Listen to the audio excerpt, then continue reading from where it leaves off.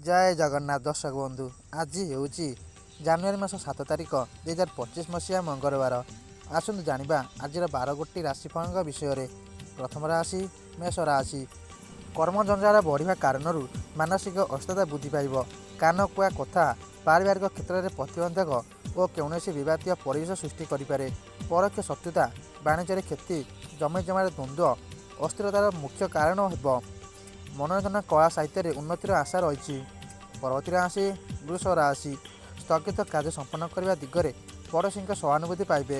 ପାରିବାରିକ ସମସ୍ୟାରେ ମନ ଭାରାକ୍ରାନ୍ତ ରହିଲେ ମଧ୍ୟ ଶିଳ୍ପ ବାଣିଜ୍ୟ ବ୍ୟବସାୟ ପ୍ରଭାବିତ ହେବ ନାହିଁ। ଆନୁଷ୍ଠାନିକ ଓ ନିର୍ମାଣ କ୍ଷେତ୍ରରେ ଆଶାନୁରୂପ ଫଳ ମନକୁ ଆଶ୍ୱସ୍ତ ପ୍ରଦାନ କରିବ। ନିଜର ଆତ୍ମୀୟଙ୍କ ଦ୍ୱାରା ପରୋକ୍ଷ ଶତ୍ରୁତାରେ ପୀଡ଼ିତ ହେବାକୁ ପଡ଼ିପାରେ। ପରବର୍ତ୍ତୀ ରାଶି ମିଥୁନ ରାଶି। ପାରିବାରିକ ସମସ୍ୟା ଜନିତ ବିକ୍ଷିପ୍ତ ଚିନ୍ତାଧାରା ମାନସିକ ଅଶାନ୍ତି ସୃଷ୍ଟି କରିପାରେ। ବନ୍ଧୁଙ୍କ ଦ୍ୱାରା ନିମନ୍ତ୍ରିତ ହୋଇ ଦର୍ଶନୀୟ ସ୍ଥାନ ଭ୍ରମଣର ମସୁଧା କରିପାରନ୍ତି। ଦୀର୍ଘ ଦିନର ପାରିବାରିକ ସମସ୍ୟାର ସମାଧାନ ହୋଇଯିବ। କଳା ସାହିତ୍ୟ କ୍ରୀଡ଼ା ସଙ୍ଗୀତ ଚଳଚ୍ଚିତ୍ର କ୍ଷେତ୍ରରେ ସଫଳତା ସାଙ୍ଗକୁ ସୁନାମ ଅର୍ଜନ କରିବେ। ପରବର୍ତ୍ତୀ ରାଶି କର୍କଟ ରାଶି। ଏକାଦଶସ୍ଥ ବୃହସ୍ପତିଙ୍କ ପ୍ରଭାବରେ ଆନୁଷ୍ଠାନିକ କ୍ଷେତ୍ରରେ ସାହସ ଓ ସହଯୋଗ ପରିସ୍ଥିତିକୁ ନିୟନ୍ତ୍ରଣ କରିପାରିବ। ବାକ୍ ଅସଂଯମତା ଯୋଗୁଁ ସଭା ସମିତିରେ ବନ୍ଧୁଙ୍କ ସହ ସୁସମ୍ପର୍କ ବ୍ୟାହତ ହେବ। ଛାୟାକୁ ସଂକୁଚିତ କରିବାକୁ ମନ ବଢ଼ାଇ ପାରନ୍ତି। ଆତ୍ମୀୟଙ୍କ ପଡ଼ୋଶୀ କାତ୍ରତା ଓ ଈର୍ଷାପରାୟଣତାରୁ ଅସୁବିଧା ଭୋଗିବେ। ପରବର୍ତ୍ତୀ ରାଶି ସିଂହ ରାଶି। ବୁଧାଦିତ୍ୟ ଯୋଗ ଜନିତ ପାରିପାର୍ଶ୍ୱିକ ଆଲୋଚନା କ୍ରମେ ସହଯୋଗ ଲାଭ କରି କାର୍ଯ୍ୟ ସାଧନ କରିବେ। ଶିଳ୍ପ ବାଣିଜ୍ୟ ସେୟାର ବଜାର ନିର୍ମାଣ ପରିବହନ ଓ ମକଦ୍ଦମା କ୍ଷେତ୍ରରେ ବ୍ୟସ୍ତତା ବୃଦ୍ଧି ପାଇବ। ପରିବାରର ବ୍ୟୟ ବୃଦ୍ଧି ସାଙ୍ଗକୁ ପିଲାଙ୍କ ବୈବାହିକ ସମସ୍ୟା ଦୁଶ୍ଚିନ୍ତାର କାରଣ ହେବ। ଅର୍ଥ ସଙ୍କଟରେ ଅତିଷ୍ଠ ହେବେ। ପରବର୍ତ୍ତୀ ରାଶି କନ୍ୟା ରାଶି। ସପ୍ତମସ୍ଥ ରାହୁ ଓ ଚନ୍ଦ୍ର ଯୋଗୁଁ ସ୍ତ୍ରୀଙ୍କ ସହ ମତପାର୍ଥକ୍ୟ ଦେଖାଦେବ। ବଳବାନ କୋଣାଧିପତି ହେତୁ ସାହିତ୍ୟ କୃତିରୁ ପ୍ରଶଂସା ଗବେଷଣାରେ ଅଗ୍ରଗତି କରିବେ। ପାରିବାରିକ କ୍ଷେତ୍ର ପ୍ରଶାସନିକ ସେବା ଏଜେନ୍ସି କ୍ଷେତ୍ରରେ ସମସ୍ୟା ସମାଧାନ ହେବ। ନୂତନ ପ୍ରକଳ୍ପ ଅର୍ଥନୈତିକ ସଂସ୍କାର କୂଟନୀତି ଚୁକ୍ତିପତ୍ର କ୍ଷେତ୍ରରୁ ପ୍ରଶାସିତ ହେବେ। ପରବର୍ତ୍ତୀ ରାଶି ତୁଳା ରାଶି। ଧନ ସପ୍ତମାଧିପତିଙ୍କ ଦୁର୍ବଳତା କାରଣରୁ ଆର୍ଥିକ ଦୁରବସ୍ଥା ସାଙ୍ଗକୁ ସନ୍ତାନ ହେତୁକ ଦ୍ୱନ୍ଦ୍ୱର ସମ୍ମୁଖୀନ ହେବେ। ଅସୁସ୍ଥତା କାରଣରୁ ଅନ୍ୟମାନଙ୍କ ଉପରେ ନିର୍ଭର କରିବେ।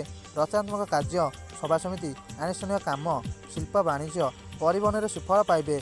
ସ୍ୱାସ୍ଥ୍ୟ ନକ୍ଷତ୍ର ଅର୍ଥ ସମ୍ପର୍କ କ୍ରୀଡ଼ାରେ ପ୍ରଶାସିତ ହେବେ। ପରବର୍ତ୍ତୀ ରାଶି ବୃଷ ରାଶି। ମୁଖାବସ୍ଥା ରବି ଓ ବୁଧ ଯୋଗ ବ୍ୟବହାରରେ ଶାଳୀନତା ଅଭାବରୁ ବନ୍ଧୁଙ୍କ ସହ ସମ୍ପର୍କହାନି ଆଶଙ୍କା ରହିଛି। ପାରିବାରିକ କ୍ଷେତ୍ରରେ ସମସ୍ୟା ସମାଧାନ ଆଶା ମଉଳି ଯାଇପାରେ। କ୍ରୀଡ଼ା ଚଳଚ୍ଚିତ୍ର କଳା ସାହିତ୍ୟରେ ସମସ୍ୟା ସମାଧାନ ହେବ। କଟିଂ କାରବାର ପ୍ରତିଯୋଗିତା ପ୍ରତିଦ୍ୱନ୍ଦ୍ୱିତା କ୍ଷେତ୍ରରେ ଆଗଧାଡ଼ିରେ ରହିବେ। ପରବର୍ତ୍ତୀ ରାଶି ଧନୁ ରାଶି। ବୃହସ୍ପତି ଦୁଃସ୍ଥାନରେ ଥିବାରୁ ପ୍ରତ୍ୟେକ କାର୍ଯ୍ୟରେ ଅଗ୍ରଣୀ ହେବେ, କିନ୍ତୁ ଚିନ୍ତାଧାରା ବିକ୍ଷିପ୍ତ ରହିବ।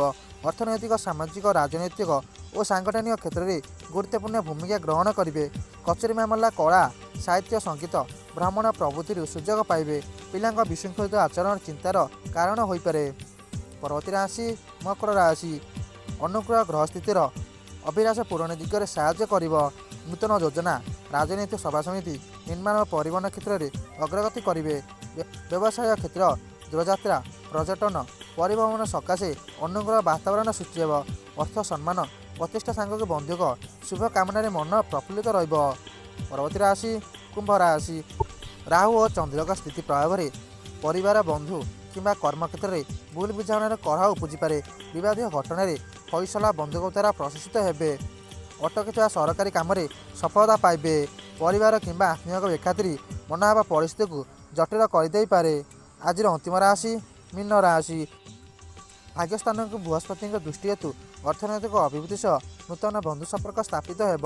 ନିର୍ମାଣ ପରିବହନ ଶିଳ୍ପ ବ୍ୟବସାୟ କ୍ଷେତ୍ରରେ ଉଚ୍ଚମାନର ଫଳ ଲାଭ କରିବେ। କଳା ସାହିତ୍ୟ ସଙ୍ଗୀତ କ୍ରୀଡ଼ା କ୍ଷେତ୍ରରେ ସମ୍ମାନଜନକ ସ୍ଥିତିରେ ଉପନୀତ ହେବେ। ଶତ୍ରୁତା ଋଣ ପରିଶୋଧ କଚେରୀ ମାମଲା ଓ ଦୂରଯାତ୍ରା ଦୁଶ୍ଚିନ୍ତାର କାରଣ ହୋଇପାରେ। ଏହା ଥିଲା ଆଜିର 12ଗୋଟି ରାଶିଫଳଙ୍କ ବିଷୟରେ। ଆପଣଙ୍କ ଦିନ ଶୁଭମୟ ହେଉ। ଜୟ ଜଗନ୍ନାଥ। ଆପଣମାନେ ଯଦି ଏହି ଚ୍ୟାନେଲରେ ନୂଆ ଅଛନ୍ତି ଭିଡ଼ିଓକୁ ଲାଇକ୍ କରି ଚ୍ୟାନେଲକୁ ସବସ୍କ୍ରାଇବ୍ କରି ନୋଟିଫିକେସନ୍ ବେଲକୁ ଅନ୍ କରି ଅଲ୍ ସେଟ୍ କରିଦିଅନ୍ତୁ। ଜୟ ଜଗନ୍ନାଥ।